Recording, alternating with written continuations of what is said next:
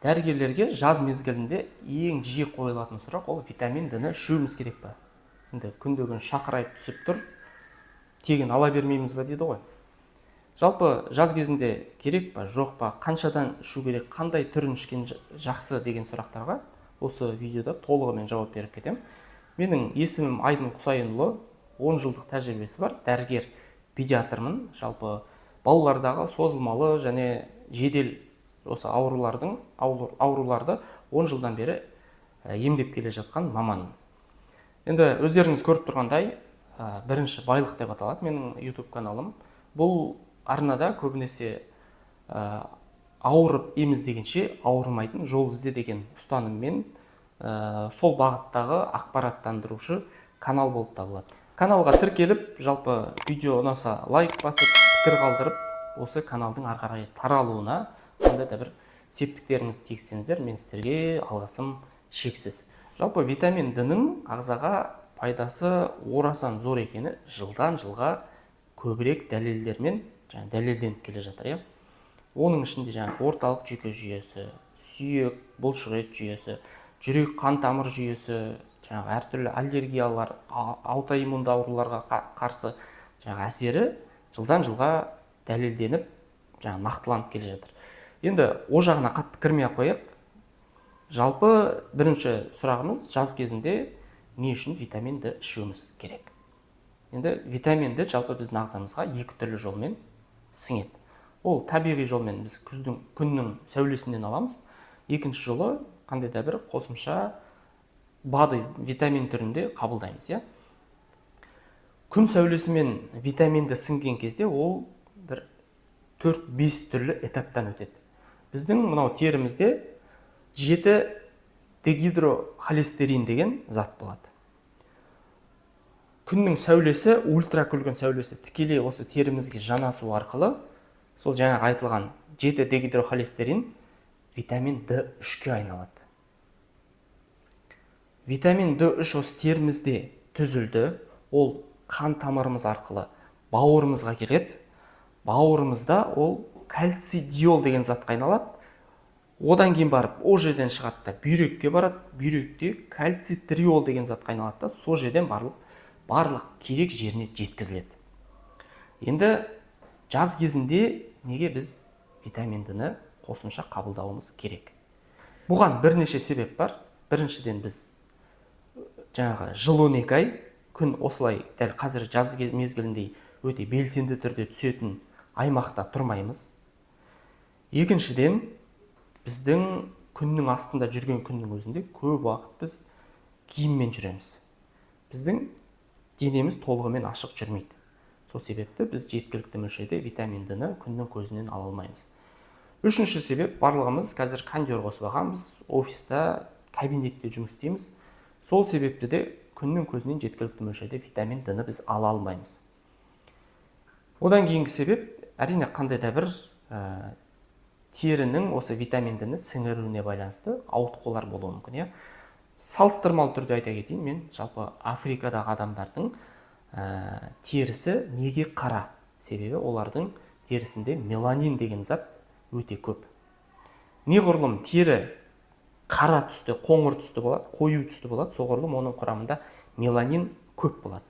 Неғұрлым тері сары, ақшыл түсті болады, оның құрамында меланин аз болады. Осы меланин деген зат витамин D-ның сіңірілуін төмендетеді. Сіздер ойламаңыздар, Африкада жыл 12 ай жаз болып тұрады, оларда витамин D жеткілікті шығар деп.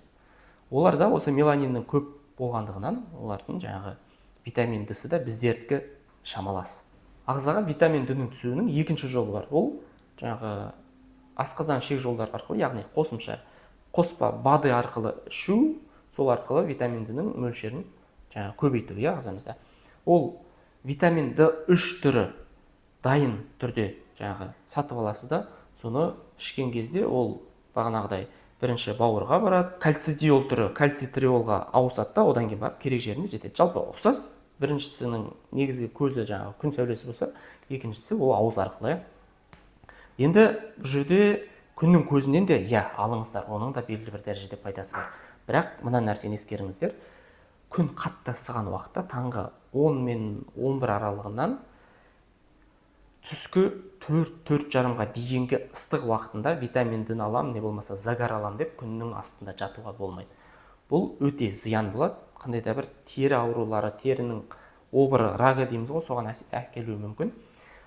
Витамин Д-ны күннің көзінен алам десеңіз, таңғы сағат жаңағы күн шыққан уақыттан бастап таңғы 10-ға дейінгі аралық және 4-тен кейінгі күн батып кеткенге дейінгі уақыт аралығында күннің астында жүрсеңіз, белгілі бір дәрежеде витамин Д-ны табиғи түрде өзіңіз ағзаңыздан өндіріп ала аласыз. Бірақ бәрібір бұның дозасы ағза үшін, қазіргі біздің ағзамыз үшін жеткіліксіз, себебі біздің ағзамызда қазір тамақпен, қосымша ауа арқылы, су арқылы көптеген токсиндер түсіп жатыр. Күн сәулесінен алынған витамин Д ол зияндылықтардың әсерін жойып жібере алмайды, сондықтан қосымша витамин Д-ны ішуіміз керекпіз. Жалпы витамин Д-ның қай түрін ішкеніміз жақсы? Жалпы біздің нарықта екі түрі бар. Ол суға ерітілген және майға ерітілген түрі. Витамин Д жалпы өзі табиғатынан майда еритін витамин. Витаминдердің өзі түрлері бар, майда еритін және суда еритін түрлері. Осы майда еритін түріне А витамині, Е витамині, осы Д витамині кіреді. Сондықтан суда еритін түрінен қараған кезде, осы майда еріген, майда дайындалған түрін қабылдасаңыз, ағзаның оның сіңіруі тезірек болады. Қазір нарықта витамин Д өндіруші компаниялар өте көп. Біз өзіміз бірнеше iHerb-тан да, аптекадан да бірнеше түрлерін алып, науқастарға тағайындап жүрміз. Енді дәл қазіргі кезде өзім үшін номер бірінші витамин Д ол осы New Wave компаниясының D3 витамині. Бұл балаларға беруге де өте ыңғайлы, ересектерге беруге де өте ыңғайлы. Нақты осы New Wave компаниясының витамин Д-сін 1 жастан асқан баладан бастап ересектерге дейін беруге болады. Жалпы профилактикалық дозаны айта кетейін. 1 жасқа дейінгі балаларға біз енді әрбір ай сайын дозасын көтеріп отырамыз. Жаңа туа салған балаға 400 бірліктен береміз. 3 ай өткеннен кейін тағы 200 бірлік қосамыз, яғни 400-600 бірлік. Тағы 3 ай өткеннен кейін тағы 200 бірлік қосамыз.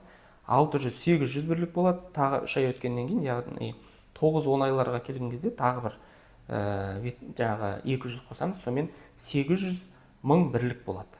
Жалпы бала осы 10 ай 1 жастан бастап 3 жасқа дейін 1000 бірлік профилактикалық дозасы, 3 жастан 6 жасқа дейін 2000 бірлік, 7 жастан 15-16 жасқа дейін 3000-4000 бірлік, 16 жастан ары қарай профилактикалық доза ересек адамдарда ол кемі 5000 халықаралық бірлік.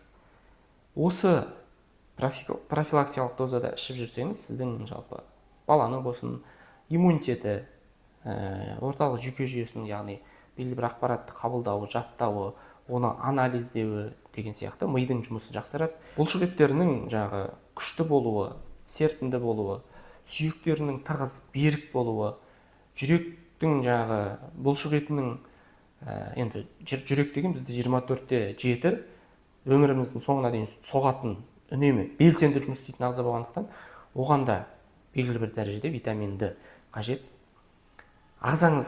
Бүкіл ағзаңызда қандай органдар бар, соның барлығына витамин Д-ның болуы, мөлшерінің жеткілікті болуы өте маңызды. Жалпы бұл витамин Д-ны қайдан алам десеңіздер, не болмаса витамин Д-ға қатысты емес, жалпы балаңыздың дефициттарына қатысты консультация алам десеңіздер, мен төменге өзімнің WhatsApp номерімнің сілтемесін қалдырып қойдым. Сол жерге өтіп, менің жекеме шығып, осы туралы толық сұрақтарыңызға жауаптар ала аласыздар. Жалпы видео пайдалы болды десеңіздер, лайк басыңыздар, тағы да пікір қалдырыңыздар. Өтініш арнама тіркеліп кетіңіздер. Бұл біздің осы YouTube жобамызды ары қарай жалғастыруымызға үлкен мотивация беретін нәрсе осы подписчиктердің, оқырмандарымыздың санының көбеюі. Қош сау болыңыздар. Видеоны өзіңіздің жақын деген адамдарыңызбен бөлісіп қойыңыздар.